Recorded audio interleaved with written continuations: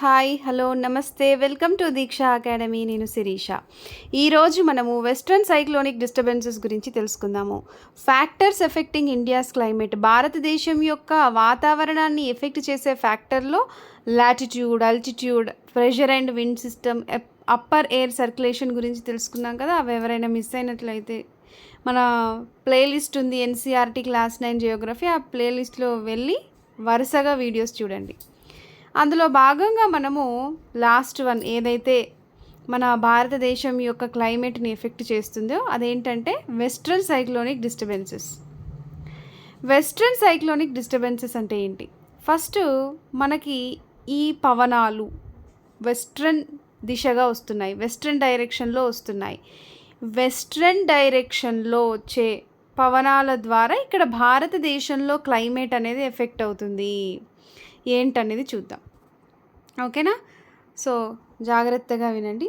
ఇక్కడ మన భారతదేశం ఇండియా ఉందనుకోండి. ఇండియాకి వెళ్తే మనకి ఏముంటుంది? వెస్ట్రన్ పార్ట్లో చూసుకుంటే మనకి ఇక్కడ Pakistan, Afghanistan, Iran, Iraq, middle east countries ఉంటాయి. అటు వెళ్తే మనకి ఇక్కడ మెడిటేరియన్ సీ ఉంటుంది.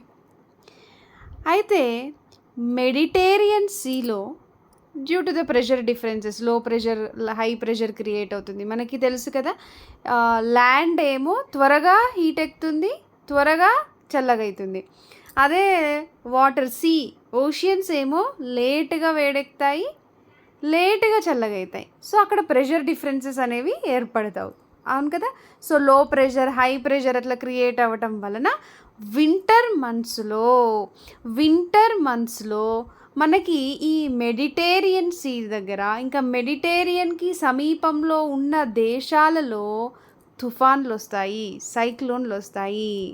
సో అక్కడ వచ్చే సైక్లోన్ల ప్రభావం అనేది ఇక్కడ మన భారతదేశంలో ఉన్న నార్దర్న్ అండ్ నార్త్ వెస్ట్రన్ భాగాలలో ఇక్కడ వర్షాలు అనేవి, తుఫానులు అనేవి వస్తాయి.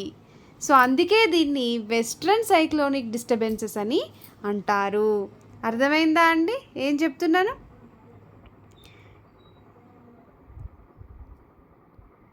ఇక్కడ చూడండి, the western cyclonic disturbances are weather phenomena of the winter months brought in by the westerly flow from the Mediterranean region. Western డైరెక్షన్లో వెస్టర్లీ ఫ్లో అంటే ఏంటి? పశ్చిమ దిశగా వచ్చే పవనాలని వెస్టర్లీ విండ్స్ అని అంటాం కదా. మెడిటేరియన్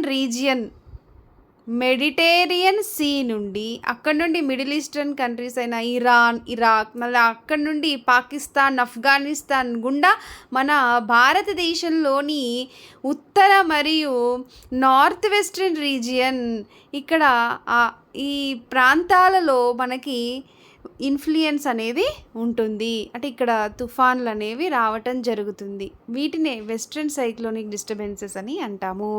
ఎందుకంటే అక్కడ వెస్ట్రన్లో పశ్చిమాన ఉన్న మెడిటేరియన్ రీజియన్లో, అక్కడ సమీపంలో ఉన్న దేశాలలో తుఫాన్లు వచ్చాయి. ఆ తుఫాన్ యొక్క ప్రభావం ఇక్కడ మన ఈ భారతదేశంలోని నార్త్ అండ్ నార్త్ వెస్ట్రన్ పార్ట్లో ఆ ప్రభావం ఉంది. కాబట్టి వాటిని వెస్ట్రన్ సైక్లోనిక్ డిస్టర్బెన్సెస్ అని అంటారు. ఇది పర్టికులర్గా వింటర్ మంత్స్లో ఉంటుంది. Clear? Yes. Next, tropical cyclones అనేవి వస్తాయి. ఎక్కడ అంటే మాన్సూన్లో వస్తాయి, as well as in October, November, and are part of the easterly flow. Next, తూర్పు నుంచి ఈస్టర్లీ ఫ్లో, తూర్పు దిశగా వచ్చే పవనాల ద్వారా మనకి అక్టోబర్, నవంబర్లో మనకి ఇక్కడ వర్షాలు, తుఫాన్లు రావటం జరుగుతుంది. ఓకే, ఈ డిస్టర్బెన్సెస్ కూడా మనకి మెయిన్గా మన దేశంలోని కోస్టల్ రీజియన్స్, తీర ప్రాంతాలలో ఈ ప్రభావం అనేది ఎక్కువగా ఉంటుంది. మనకి ఆంధ్రప్రదేశ్లో, ఒరిస్సాలో, ఇంకా తమిళనాడులో ఈ అక్టోబర్, నవంబర్లో తుఫాన్లు వస్తాయి అని మనము వింటూనే ఉంటాం ఎప్పుడు న్యూస్లో. ఓకేనా? సో ఇవి ఫ్యాక్టర్స్ ఎఫెక్టింగ్ ఇండియాస్ క్లైమేట్. ఏంటవి? Latitude, altitude, pressure and wind system, ఇంకా upper air circulation, jet streams గురించి తెలుసుకున్నాం. నెక్స్ట్, వెస్ట్రన్ సైక్లోనిక్ డిస్టర్బెన్సెస్, ఇవి కూడా మనకి వింటర్ మంత్స్లో మన భారతదేశం యొక్క వెస్ట్రన్ సైక్లోనిక్ డిస్టర్బెన్సెస్ ఏమో మనకు వింటర్ మంత్స్లో భారతదేశం యొక్క వెదర్ అనేది ఎఫెక్ట్ చేస్తుంది, ఇన్ఫ్లుయెన్స్ చేస్తుంది. ఓకేనా?